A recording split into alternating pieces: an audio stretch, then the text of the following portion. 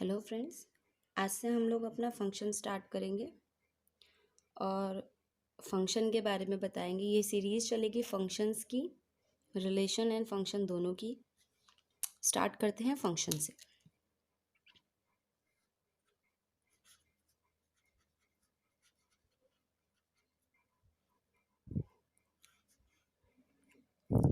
इसे मैपिंग भी कहते हैं।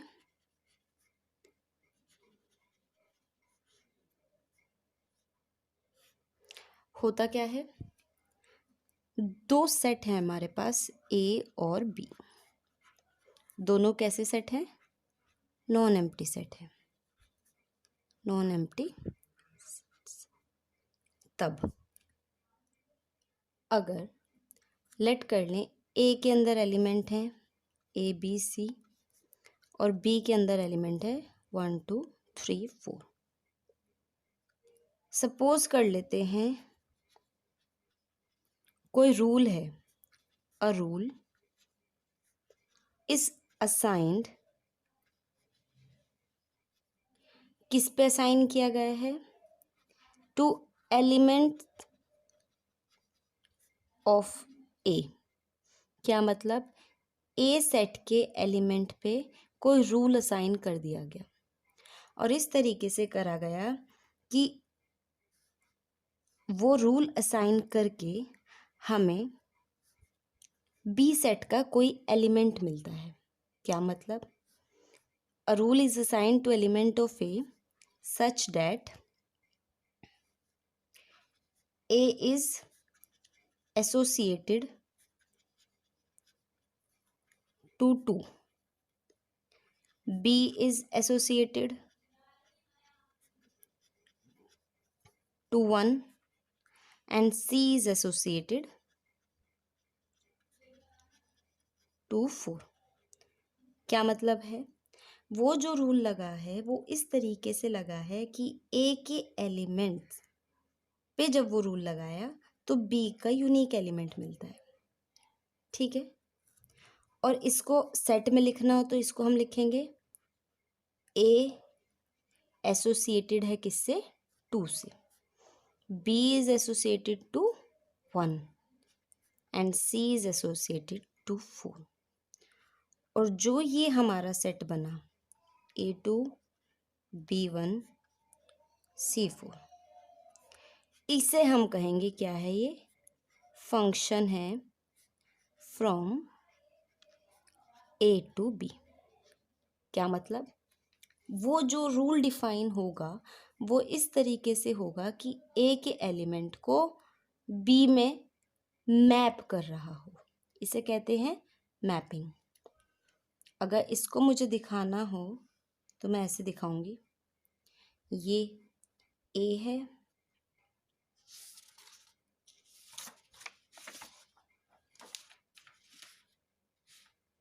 अगर इसे मुझे दिखाना हो तो मैं ऐसे दिखाऊंगी। This is set A and this is set B। ये सेट A है, ये सेट B है। इसमें क्या है? A B C और इसमें कैसे एलिमेंट है? 1 2 3 4। एक किसको एसोसिएट कर रहा है? 2 को। B is associated to 1 and C is associated to 4। A के हर एक एलिमेंट B के किसी ना किसी एलिमेंट से एसोसिएट होने चाहिए और जो रूल है उसे मैं डिफाइन करूँगी F। तब F is such that A to B, तो इसे हम कहेंगे F is function of A to B, या इसे कह सकते हैं F is mapping from A to B। और इसको लिखते हैं A to B। अब एग्जाम्पल के तौर पे A कोई सेट है जिसके अंदर एलिमेंट है 1 2 3 4 और B कोई सेट है जिसके एलिमेंट है 4, 9, 1, 16, 25 एंड 30। अब एक फंक्शन मैंने इस तरीके का डिफाइन किया from A to B such that अगर मैं x का कोई एक एलिमेंट लूँ तो वो b में किसकी इमेज बना रहा है, x square belongs to B, then x square belongs to B. क्या मतलब है, ये a, ये b में एलिमेंट है 4, 9, 1, 16, 25, 30। ए में एलिमेंट है 1, 2, 3, 4। इसके एलिमेंट इससे एसोसिएटेड हैं by a function f x, जहाँ पर x बिलोंग कर रहा है a को और एफ एक्स डिफाइंड है एक्स स्क्वायर। इसका मतलब ये जो एक्स स्क्वायर होगा वो किसको बिलोंग करना चाहिए, b को। देखो कर रहा है क्या, 1 का स्क्वायर इज 1, 2 का स्क्वायर इज 4, 3 का स्क्वायर 9, 4 का स्क्वायर 16।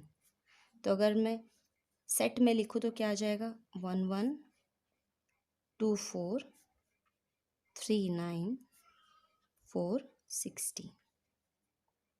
तो ये हमारा क्या है, इसका मतलब ये f x equal to x square is defined from A to B. क्यों, क्योंकि ये ए के सारे एलिमेंट किसी एक सिंगल रूल से बी के अंदर एग्जिस्ट करते हैं। ध्यान रखना है, ए के सभी एलिमेंट करने चाहिए और ये कंपलसरी नहीं है कि बी के सारे एलिमेंट एसोसिएटेड हो, छूट सकते हैं कोई बात नहीं, लेकिन ए के सारे एलिमेंट डिफाइन होने चाहिए। इसे हम कहेंगे फंक्शन। इसी के साथ बात आती है डोमेन और कोडोमेन की। रेंज,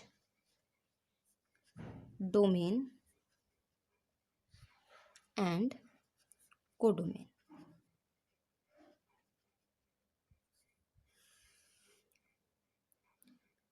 जो हमारा सेट ए है उसे हम कहेंगे domain of function.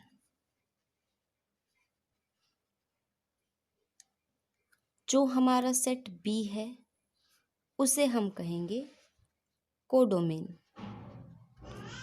Of function. क्या मतलब है, डोमेन क्या होता है, जो सेट ए है इसको हम कहेंगे domain of f and set B is codomain of F.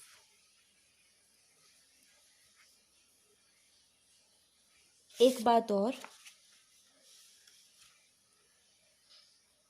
ये जो है 1, 4, 9, 16 ये सब कहलाएंगी इमेजेस।